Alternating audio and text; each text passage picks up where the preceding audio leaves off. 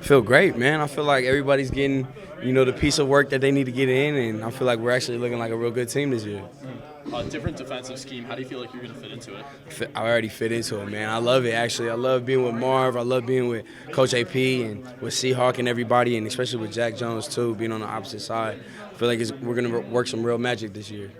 There's a lot of senior members in the secondary. Do you think expectations are higher just because it's a lot of guys' final year? I feel like we always had high expectations for ourselves, you know what I'm saying? But at the same time, we're seniors. This is our last go-around, you know what I'm saying? Me, Evan, and Jack. So I just feel like we just try to push everybody to be their best at the end of the day, no matter what position they are.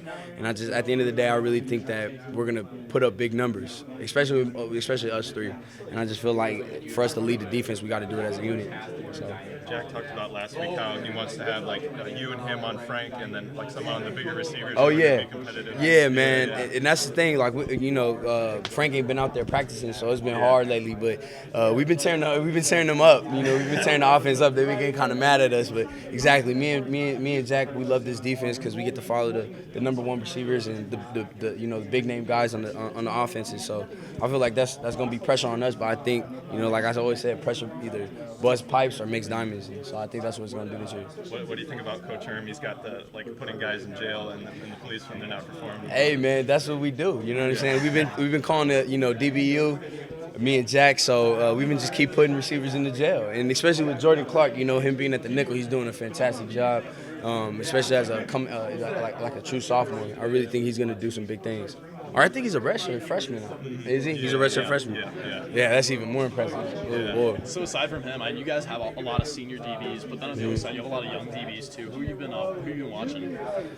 Oh man, I really like Mason, man. I really like Mason, T. Lee. I like T. Lee in the nickel. I like Mason on the outside. I think they're really good competitors. You know what I'm saying? I actually like all the freshmen that came in because they came with a good mindset. Like, man, look, this I don't care who's in front of me. I'm going to try to get this job.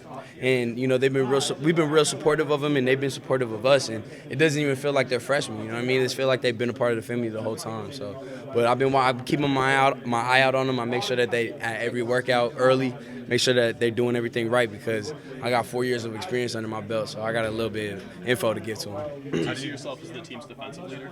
Yeah, I do. In the past years, I haven't. You know what I'm saying? I haven't really seen myself in that position. But lately, you know what I'm saying? I feel like for us to go to that next level, they're gonna need somebody like Frank. You know what I'm saying? And me and Frank are roommates, so I get the same energy from him every day and just try to give it to the defense. And so yeah, if I get that, if I'm honored and I'm blessed to get that C on my chest, I'm gonna just rock out with my team no matter what. What did you feel like you needed to add to your leadership ability this year?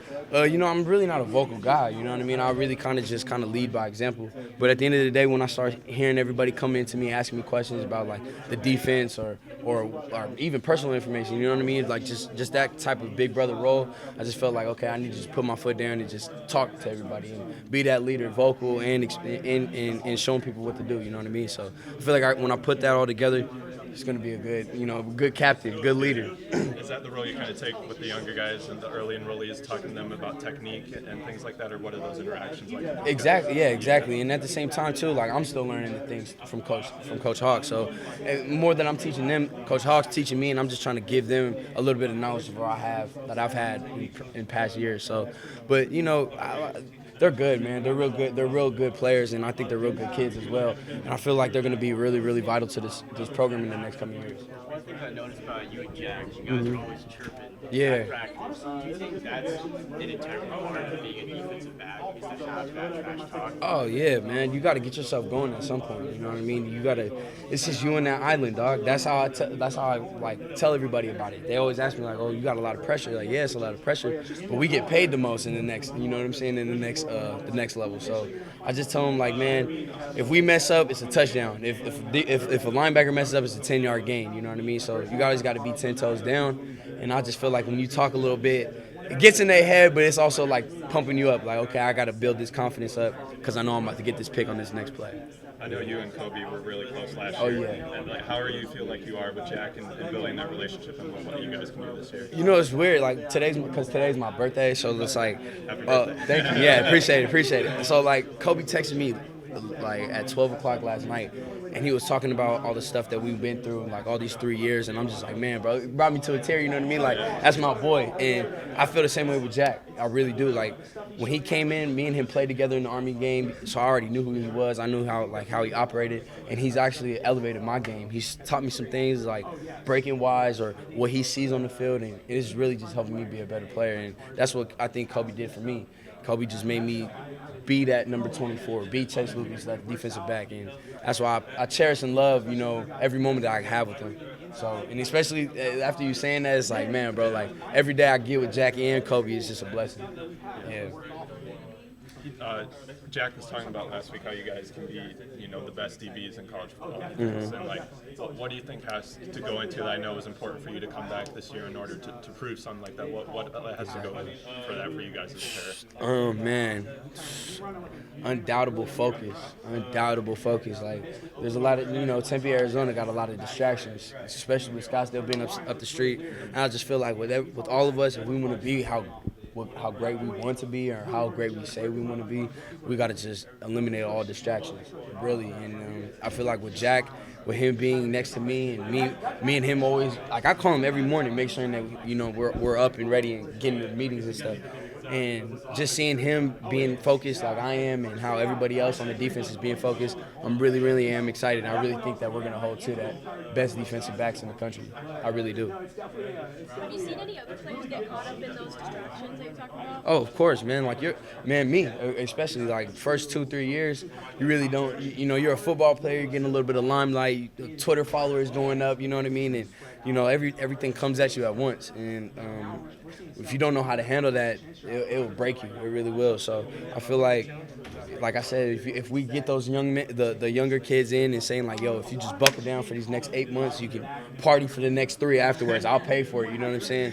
After we win the Rose Bowl, and I feel like they're really starting to understand that. And I really believe, like, honestly, like this freshman class and the younger class below me and stuff, they really are like the new era, and I really believe they're gonna do big things for Arizona State. I do. AP talked about last year how he met with Brandon Ayuk and outlined being a pro and rehabilitation and taking care of your body. Has he talked to you or Jack about that and just getting ready for the next level? Yeah, of course. And same with Coach Marv Lewis, too. He's teaching us how to take notes like a pro, make sure that we're getting the installs and everything, and learning how to, like, play and act like a pro. And especially, your body's only going to go for so long. Football's not promised. And that's, I think, the biggest thing with AP is, like, man, make sure you're getting in that ice tub, make sure you're getting treatment, make sure everything's right so you can play at the right time, be at the right spot on Saturdays. So I really it's crazy. Like, I've seen the culture change from so much from the next 4 or 5 years, man. It's changed, it went down, it went back up, and I feel like it's at its peak right now. Is it difficult just going through that? I know this is, I think, your third defensive scheme that Yeah. you've been in. I mean, Yeah. what's that just been like? Man, bro, it's annoying at the same time, but it's also a blessing. Like, I never thought me and Herm Edwards, like, would ever cross paths like this, and especially with Marv Lewis, Antonio Pierce. Like, I've never thought I would be anywhere near where I'm at right now, especially signing with Coach Graham. So just seeing everything elevate the way it is, man, I'm just truly blessed, bro. Like, I can't say anything other than just saying I'm blessed. I got the best team in the world. I got the best coaches in the world. I'm truly blessed. So do you feel like the transition's gone well? I know you said that Coach White was a reason into you coming back. Do you feel like the transition's well, even though he's not here anymore? Man, bro, it's going fantastic. It's like he's still here, but it's just another person. And you know what I mean? It's Coach Hawk. I still talk. Me and Coach G talk on the phone damn near every day. You know what I mean? I just make sure that he's good. He makes sure I'm good, and I talk to Coach White too. And they're both doing good. If you guys want to ask, they're both doing really well. And but like I said, man, it hasn't missed a beat. No, has not missed one beat. How do you feel like Coach Hawkins interacts with you guys? It seems like he's like your hype man. Yeah, bro, that's like our big brother, like, because he's our age, but he's a little bit older than us. So it's like, I played with him. I played against him when I was a freshman, and him teaching us our technique and what to show us, like what to do, and especially mixing in with Herm, it's like, okay, now you're opening up a whole different world for me. So I love it, man. I get to play different techniques. I get to learn from the best, bro. And with Coach Hawk being there, like you say, he's like my hype man. Like, get you right, bro. That's what I love about him, dog. He's a good guy.